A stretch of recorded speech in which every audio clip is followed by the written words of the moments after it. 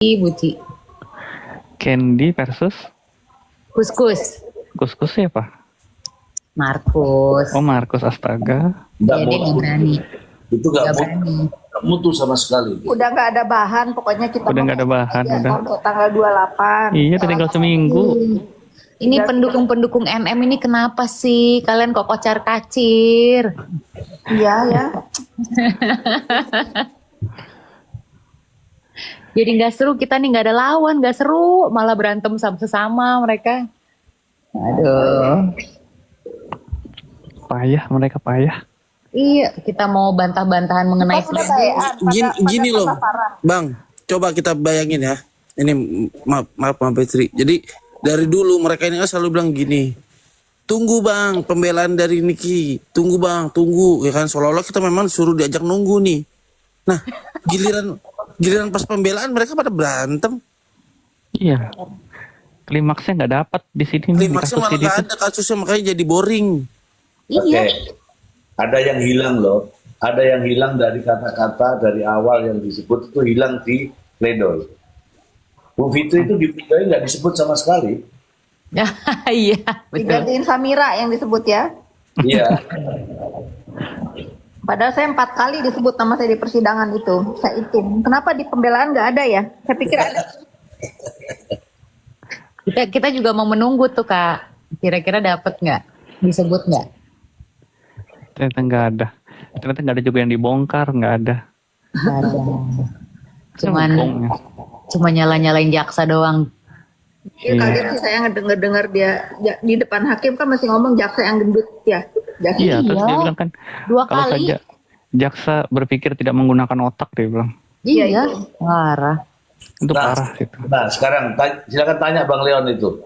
Pembulian di depan persidangan itu Bang Leon itu kan langsung body shaming itu Bang Leon. Bisa nggak itu Bang Leon? Tapi katanya profesor yang dibilang profesor itu, Profesor Nyoman itu katanya itu bukan, itu justru materi pledoi katanya itu. Lucu. Materi pledoi memangnya materi pledoi punya imunitas? Kan nggak ada. Nah, katanya begitu. Makanya dibilang dia luar biasa salut sama ininya, pledoinya. Oh malah dipuji-puji. Iya. Mak.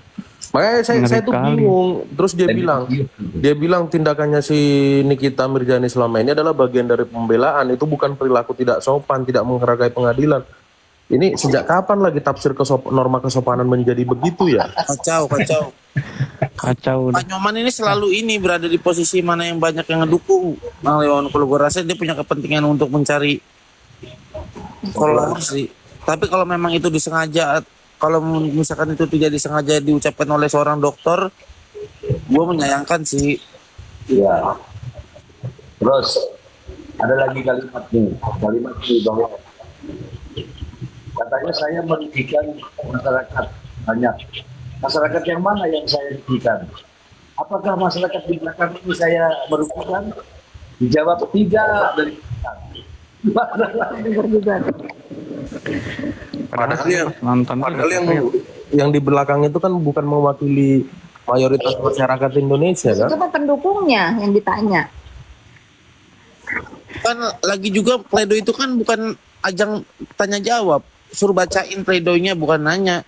Lagi kalau nanya suara gitu, dikiranya dia lagi rapat Karang Taruna kali. Itulah yang dinilai oleh Bang Raffi kemarin menyebutkan bahwa pledoi lawan. Nah itu karena dia butuh audien, itu namanya lawan.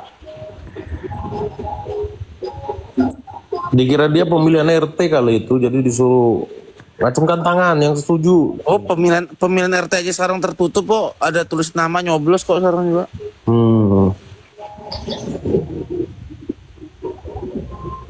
Merilah. Mak, ngeri kali kawan tuh. Dia ini masih berpikir dia bebas karena dia ngerasa bakal bebas. Gitu. Harapannya bebas. Dia kan sebelum dia sudah membayangkan Arab Saudi, Bang sampai Eropa. Nggak kedengeran misalnya. Membayangkan Arab Saudi sama Jepang sama Eropa. Suaranya kecil banget Pak Fitri. Apa ya? Saya ini mau Kayak radio-radio ini ya, kalau Kamal ini kayak radio-radio nih. Mm-mm. Mr. Brian, Bang Paleo, Raffi,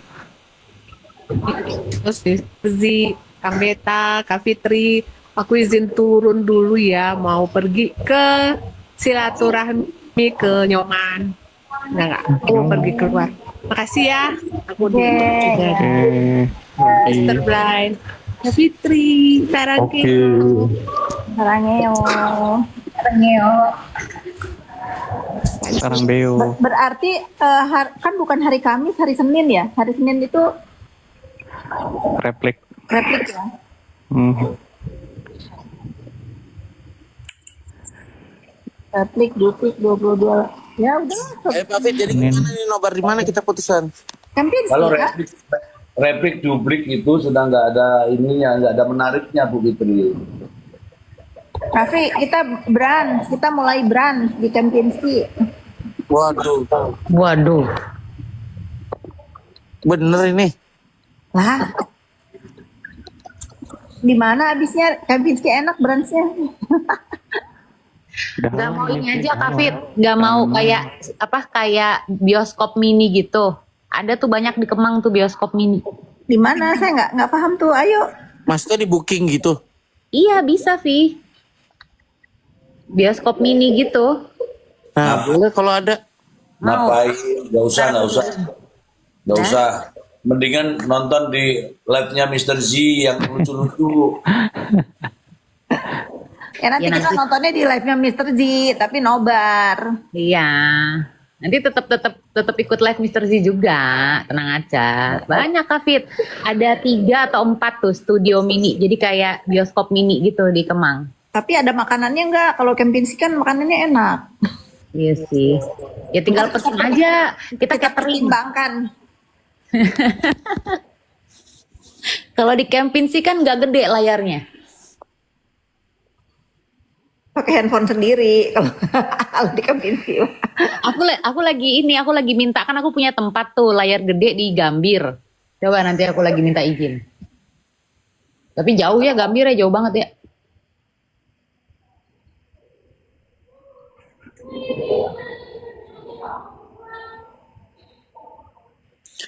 Ini kemenangan untuk rakyat Indonesia nih kalau NM masuk.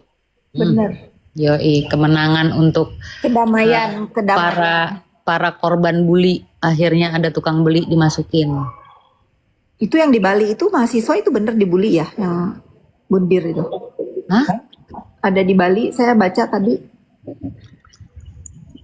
Aku yang serem banget yang anak kecil, Kak Fit, itu bener apa enggak sih? Jadi dia dia ngebun-bun anak SMP karena anak SMP-nya ngebully dia terus-terusan.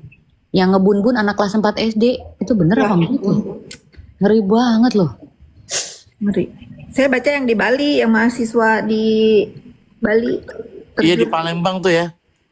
Palembang Ada. apa Bali sih? Yang murid. Yang Nus murid temennya. ya, gila itu. Wah, ngeri. Ya artinya kan memang bully itu nggak boleh, Bang Raffi. Memang kita harus memerangi itu. Ya, betul. Makanya jaksa yang dipakai kasus Nikita Mirzani ini, jaksa Indah Manurung ini udah luar biasa top lah. Memang dia sering banget bikin penyuluhan hukum tentang bahaya bullying. Ya ampun, bener Kak Fit, ini yang di Bali. Makanya Bancu sebenarnya kalau kita lihat dengan gerak-gerik ataupun gaya dari jaksa Indah Manurung ini, yang nggak senormal jaksa, memang betul. Karena apa? Karena si Indah Manurung ini, dia tahu nih cara mengatasi secara psikologi dia seorang terdakwa yang seperti itu kan. Benar. Betul. Saya salut tuh. Sorry. Nggak gitu Bang Raffi. Kalau di persidangan itu kan ada nilai kehormatannya. Iya. Jadi kalau ada orang yang melanggar Masih wajar kok Kang Beta. Menurut Kang Beta berarti nggak ada nilai kehormatannya gitu jaksanya atau gimana? Karena menurut gua secara menjaga etika dan kehormatan seorang jaksa, Indah Manurung masih dapat dikatakan normal lah. Nggak ada yang berlebihan ataupun tidak menghargai persidangan si Indah Manurung nih. bukan begitu. Ketika di persidangan yang dihormati adalah marwah pengadilannya, bukan marwah kejaksaannya. Karena jaksa di situ hadir sebagai penuntut umum. Tapi begitu ini di pengadilan, Paham Kang Beta. Yang saya sebutkan ini mengenai bagaimana cara dari si Indah Manurung menghadapi seorang terdakwa yang seperti itu. ya, Cuma oke. saya tidak Kalau seperti itu, mengatakan oke bahwa lah. Jaksa Tapi Indah Manurung itu tidak menghargai persidangan. Karena apa yang dilakukan Indah Manurung selama ini dari awal sampai akhir itu masih di tahap batas normal dan menghargai persidangan. gini Bang, ketika persidangan belum berakhir, diharapkan para pihak, baik itu Mancus penuntut ini dulu Mancus. maupun penasehat hukum, itu yang baiknya mereka tenang sampai sidang ditutup. Silahkan, itu loh. Nah, emang selama ini kan nggak ada ini masalah jaksa juga. Emang menurut abang di mana?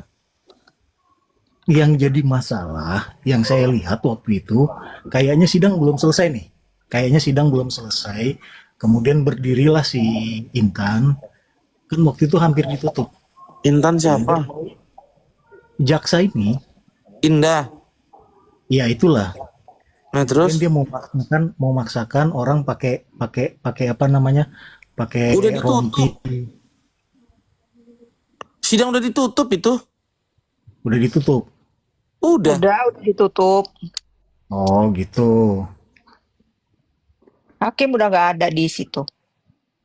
Seharusnya bukan pada saat di meja ini, di meja persidangan, tapi di luar dari area persidangan. Kan ada No, kursi-kursi yang di belakang tuh.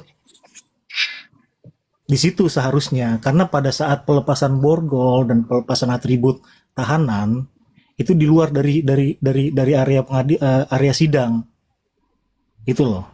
Tapi kalau dia mau dipakai lagi, seharusnya jangan di kursi itu, tapi di luar dari area persidangan. Seharusnya seperti itu. Saat itu kayaknya terdakwa nggak mau gimana berangkat sih? dari kursi. Bang, kalau soal rompi nggak ada masalah lah kalau buat gue ya bang. Keadaan bebas, nih bang. Keadaan bebas seorang terdakwa dalam persidangan itu dalam keadaan borgol maksudnya. Enggak, semua atribut. No, Semua. ruang mereka Ih. kalau terdakwa bang, terdakwa nih Enggak, sebentar itu dulu, semua sebentar, nunggu sebentar. aja bang. Kadang kalau dipanggil coba abang lihat di belakang kursi majelis di ruang sidang duduk itu semua Tapi terdakwa pada pakai saat rompi dia merah di itu. sidang, tapi pada saat dia sidang, apakah dia kemudian memakai rompi tahanan? Ini Enggak. sudah selesai sidang Rompi bang. tahanannya dilepas. Iya, makanya dengerin dulu, Pi. Yang seharusnya adalah ketika akan dimulainya sidang, borgol dan semua atribut tahanan dia itu Betul. dilepas. Oke, itu Ah. biasanya sebelum masuk. Betul, Paham? Sebelum betul. masuk. Oke. Nah, selesai dari situ, kemudian setelah sidang dipakai lagi di luar area sidang. Bang, nih gini bang. Sekarang kalau selepas sidang, saya mau tanya ke Kang Beta, siapa yang bertanggung jawab atas diri seorang terdakwa ini? Siapa yang bertanggung jawab? Jaksa. Oke, kalau kita melihat dan menilai suatu pertimbangan keadaan tertentu mengenai adanya keamanan dan keselamatan dari seorang terdakwa di saat itu kan lagi kisru bang. Sebelum sidang ditutup itu kan kisru tuh, makanya hakim tunda. Nah, posisi kalau misalkan dilihat kalau memang itu mau dilakukan di luar, apakah ada tanda bahaya nggak buat seorang terdakwa? Ada. Kan ada juga hal mempertimbangkan itu bang. Kenapa jaksa memakaikan rompi itu tidak berada di luar pintu? Misal.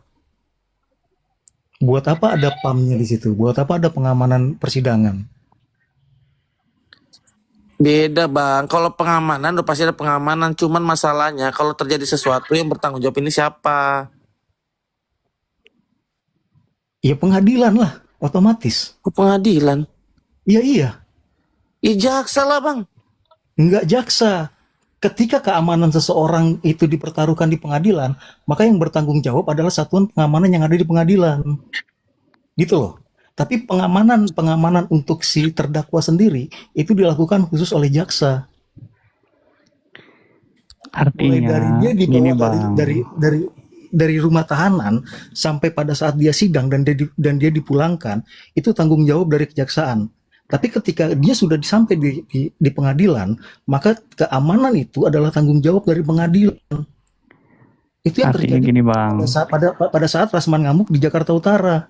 Jangankan Rasman, kami sendiri juga pengacara yang ada di Jakarta Utara, khususnya yang rumahnya atau kediamannya dekat di pengadilan Jakarta Utara, ikut bertanggung jawab bagaimana mengamankan pengadilan ini, gitu loh. Gimana sih kadang gini, putar-putar Bang. bang.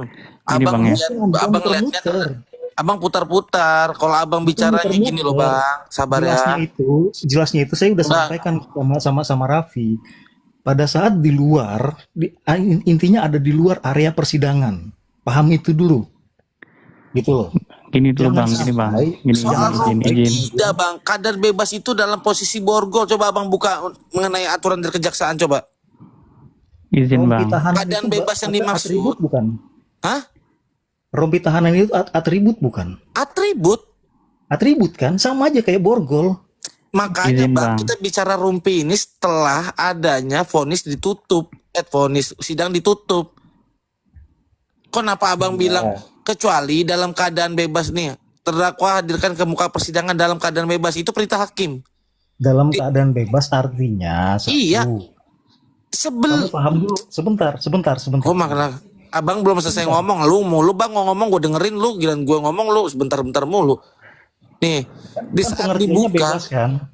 Iya, keadaan bebas, dalam keadaan bebas, dihadirkan ke muka persidangan, denger ya, ke muka persidangan dalam keadaan bebas. Ketika ditutup sidangnya, berarti apa?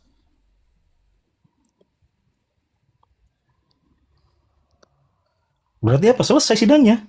Nah, berarti wajib dipakaikan rompi sama borgol nggak nih? Di luar dari ruang sidang. Gini bang. Coba buka lagi aturan ayo. Gini bang, terdakwa itu kewenangan. Ayo kita buka, ntar dulu bang. Gue mau tahu nih. Gue mau kejar Kang Beta bicara soal kewajiban jaksa memakaikan rompi dan borgol itu di luar dari ruang sidang. Ayo. Kenapa? Ya mana aturannya? Aturannya sebentar. Ya. Gua dulu. Dalam keadaan bebas itu di dalam muka persidangan. Dihadapkan di persidangan di depan hakim majelis. Di saat dia mau disidangkan itu baru dia dihadirkan dalam keadaan bebas. Tidak boleh memakai rompi, tidak boleh memakai borgol.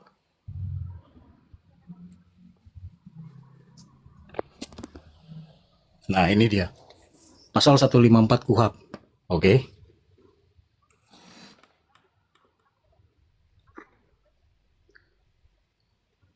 Terdakwa hadir di pengadilan tanpa atribut. Terdakwa tidak ditahan. Hadir di persidangan.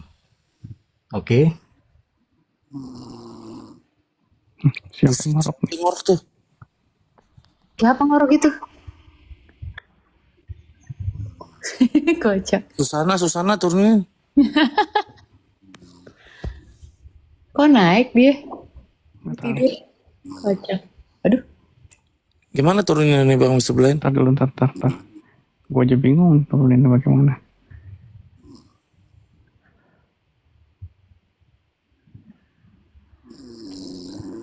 Buset, serius dia. Korek begini tidurnya. Kocak banget. Buset. Siapa itu? Susana. Terus Mr. Blind bingung cara nuruninnya gimana. Bentar, kancas gak bisa ya? Bentar, ini soalnya beda komalnya. Sebentar. Diapain ya? Nggak bisa. Makanya nih gue lagi nyoba. Oke. Tapi dia tidur nyaman sekali ya. Enak banget denger. Di mute aja kalau nggak di mute, Mr. Blind. Nggak muncul ininya lagi. Oh alah. Waduh.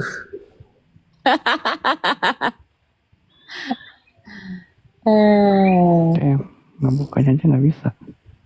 Oke. Wait, lanjut. Ya udah lanjut. Oke, silakan. Sorry bang, sorry. Ya kayak gitu tadi. Intinya di situ gitu loh. Kalau dibilang dalam keadaan bebas, Ya iya bang, maksud gua sebut, ayo atribut dia sebagai tahanan. bacain dulu tadi yang lu mau bacain. Ya elah. Jangan ya bang. Bangun dulu tadi. Itu aja abang aja sudah membacakan kalimat awalnya aja dalam persidangan, bukan di dalam ruang sidang. Ruang sidang yang dimaksud itu ya di dalam persidangan itu sendiri bang. Bukannya di saat berada di ruang sidang dia langsung dikatakan menunggu di dalam ruang. Beda nih bang ya. Coba lu lihat Kang Beta, beberapa terdakwa yang menunggu panggilan sidang atau menunggu giliran sidang dia, terdakwa duduk di kursi kursi persidangan,